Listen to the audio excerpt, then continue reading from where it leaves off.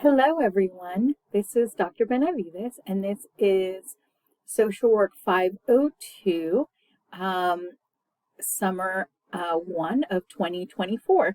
Today is Thursday, June 13th, and this is week 4 check-in. I am back in the country and have been feeling a little bit under the weather.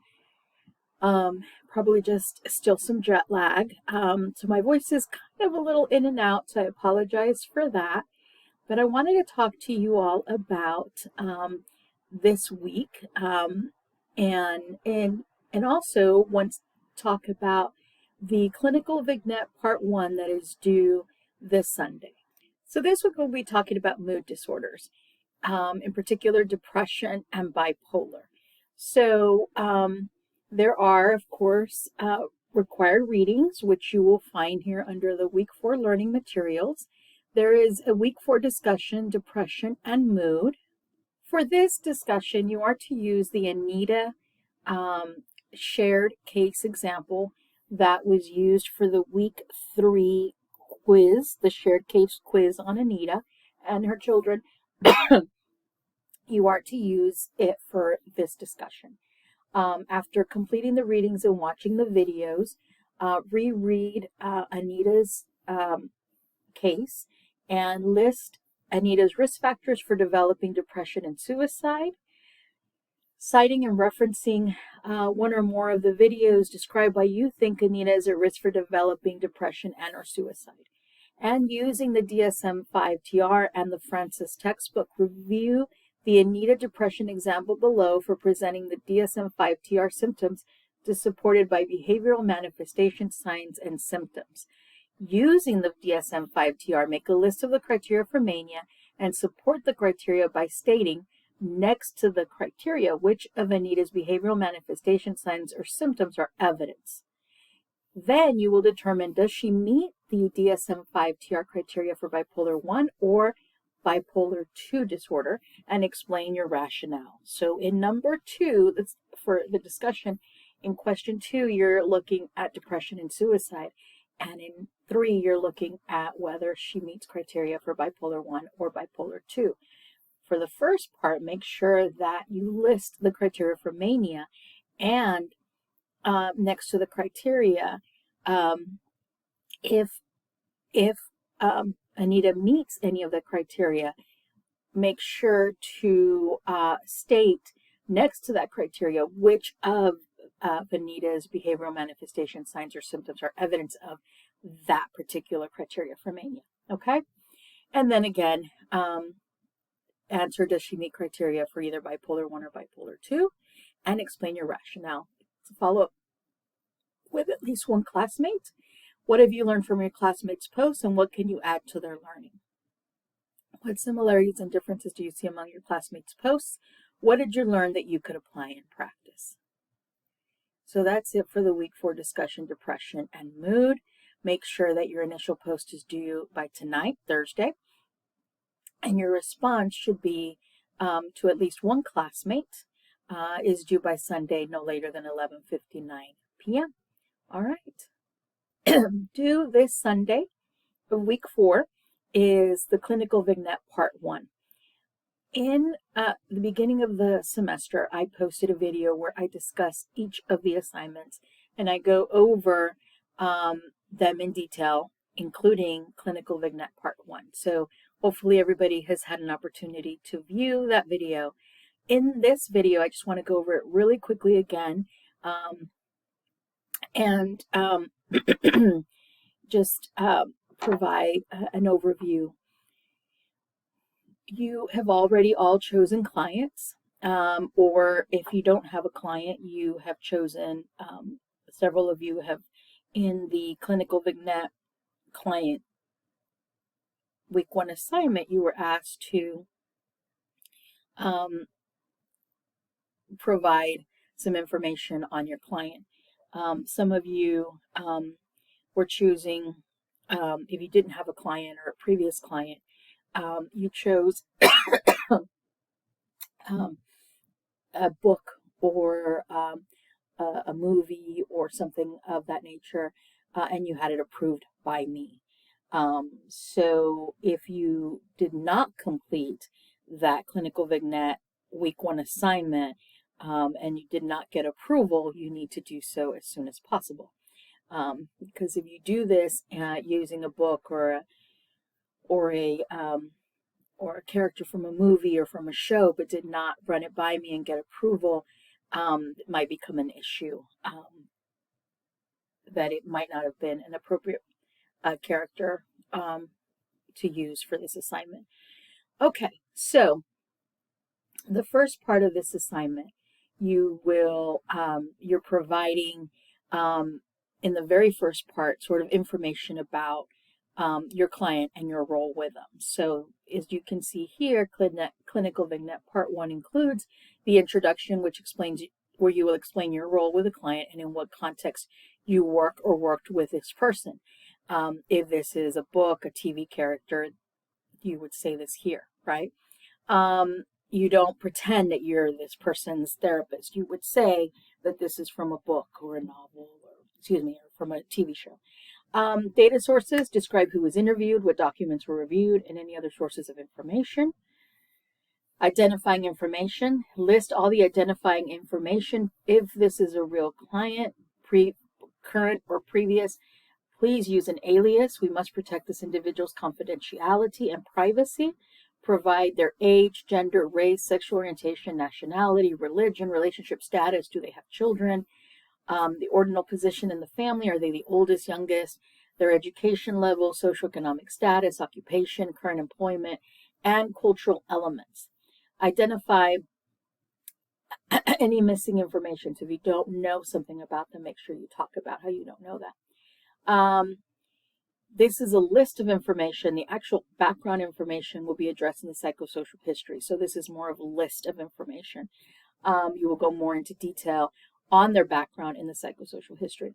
The presenting problem is where you will provide the concise description of the presenting problem. What was the problem when the person presented for services? If you saw the first video, you know that I mentioned that it has to be somebody, and I've actually talked about this in several of the videos in my previous videos, where it has to be somebody that you're able to do a clinical diagnostic assessment using the DSM. So if this is a person that you met once because they needed help with a referral for housing, and that's all the information you obtained, then that would not be an appropriate person to use because you don't have enough information to be able to do a clinical diagnostic assessment using the DSM. So what was the concise description of the presenting problem as it relates to the clinical assessment? The chief complaint, you can use quotes that the client stated was a reason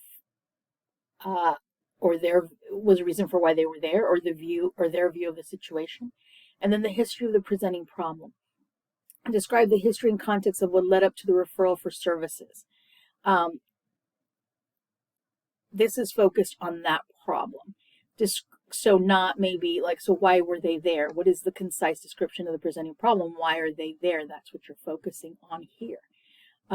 They came in because they're depressed. Okay, so describe in detail the history and context of that depression, and whatever it may be for your particular client. Is the problem recent or long-standing?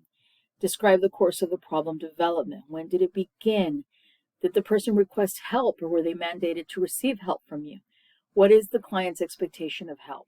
You will then do a psychosocial history, where you will talk about the school, any schooling, trauma, family, and other major events, experiences in this individual's life, okay? Make sure to specifically address cultural issues and strengths. Background is the first part. Provide a background of the person's childhood to current age regarding their family system, school, potential trauma, grief, loss, or culture, religion, spirituality, the strengths, supports, and resources that the client has. What are their strengths? What has been done about the problem? What are the client's personal, social, and community resources, and how does the client utilize these resources? Your view. What is your view of the problem, and what are your expectations of the client? Also, develop a list of current diagnoses and include current medications, if any. The second part of this is a diagnostic assessment. You are going to choose from each of these conditions: neurodevelopmental, schizophrenia, depressive disorders, and bipolar disorders, one condition from each of these four.